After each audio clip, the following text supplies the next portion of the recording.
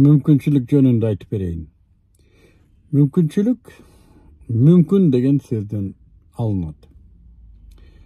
Мүмкүн, муну кылсаң болот, сага уруксат, колуңан келет деген маанини берет. Суу ичсең болобу? Болот, уруксат. Бул мүмкүн. Демек, чаң коомду кандыруу мүмкүнчүлүгү суу ичүү. Бассаң болобу? Болот.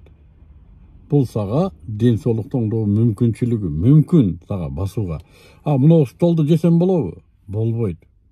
Аны жейишке мүмкүн эмес. Жей албайсың, ашказаның аны аш кыла албайт. Мен айга үй салсам болобу? Жок. Сага мүмкүн эмес. Айга уча албайсың да, аяка материал ташып жеткире албайсың. Мен учуп жүрсөм болобу? Жок, болбойт. Ага дагы мүмкүн эмес. Уруксат жок. Мыйзам ченемдүүлүк жол бербейт. Демек, мүмкүн деген менин колуман келе турган нерселер турбайбы? Ооба. Муну кылсаң болот, колуңан келет, көзүң жетип атат. Муну кылсаң болот, муну кылсаң болот, муну кылсаң болот. Эмне үчүн? Кандайдыр бир максатым бар менин. Менин бир максатым бар, ошол максатыма жетиш үчүн эмнелерди кылсам болот, эмнелерге уруксат, эмнелер менин колуман келет.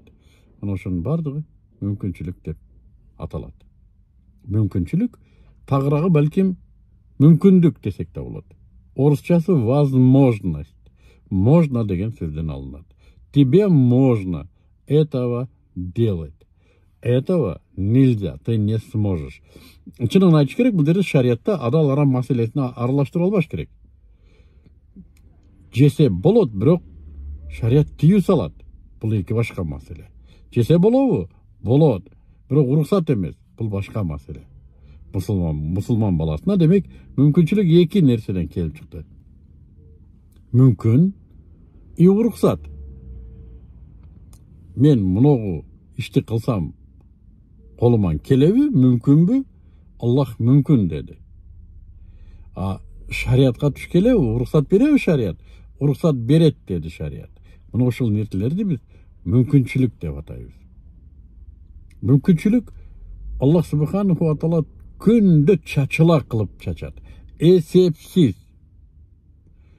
Байым десең мүмкүнчүлүк бар. Өнүгөм десең миңдеген эсепсиз мүмкүнчүлүктөр бар. Көп жашайын десең да мүмкүнчүлүктөр бар. Кадыр түндө дуа кыл дегендей.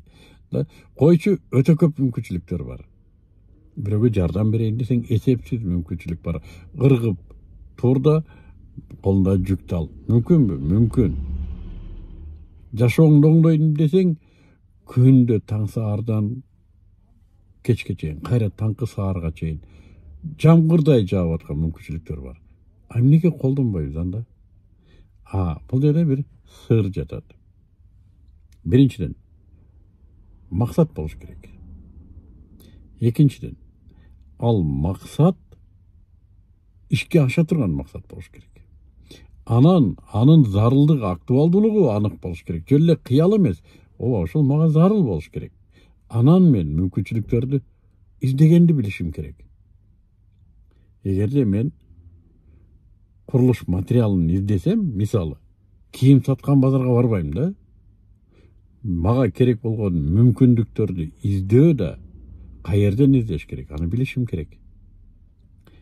Экинчиси, мен ошол издеп атканда мага керек болгон мүмкүндүктү көрөмбү, же акшыңдап көрүп өтүп кетемби? Бул да маселе. Үчүнчүсү, аны ишке саламбы? Бул маселе. Жана иштете аламбы? Бул да маселе. Ошонун бардыгын үйрөнүш керек. Ушуну эп деп коет. Эптүү экен, эпчил экен дейт. Кайсыдыр бир максатка жетүү алгачкы кадамдан башталат. Алгачкы кадам бул кайсыдыр бир мүмкүнчүлүктү иштетүү. Мен гумустан чоң акча таптым. Бирок бул эмнеден башталды? Алгачкы кадамы. Болгону интернетте бир жарыяны кирип, вебинарына катышкандан болду. Жөнөкөй эле алгачкы кадам. Эми сиздер өзүңүздөр интернетте бир күндө канча саат отурасыздар? Канча миңдеген мүмкүнчүлүктөрдү көрүп берип атасыңар. Эмнеге? Балким максат жоктур. Balkim kaalоо жокtur. Balkim жөн эле кереги жокtur. Бул туура эмес. Аллах Таала берип аткан мүмкүнчүлүктөр үчүн жооп да беришибиз ыктымал.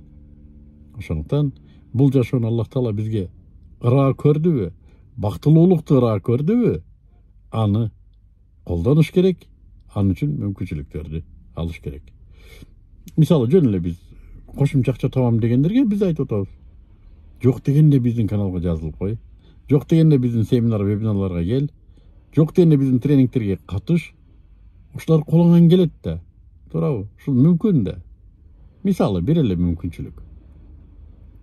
Демек, издегенди үйрөнүшүбүз керек.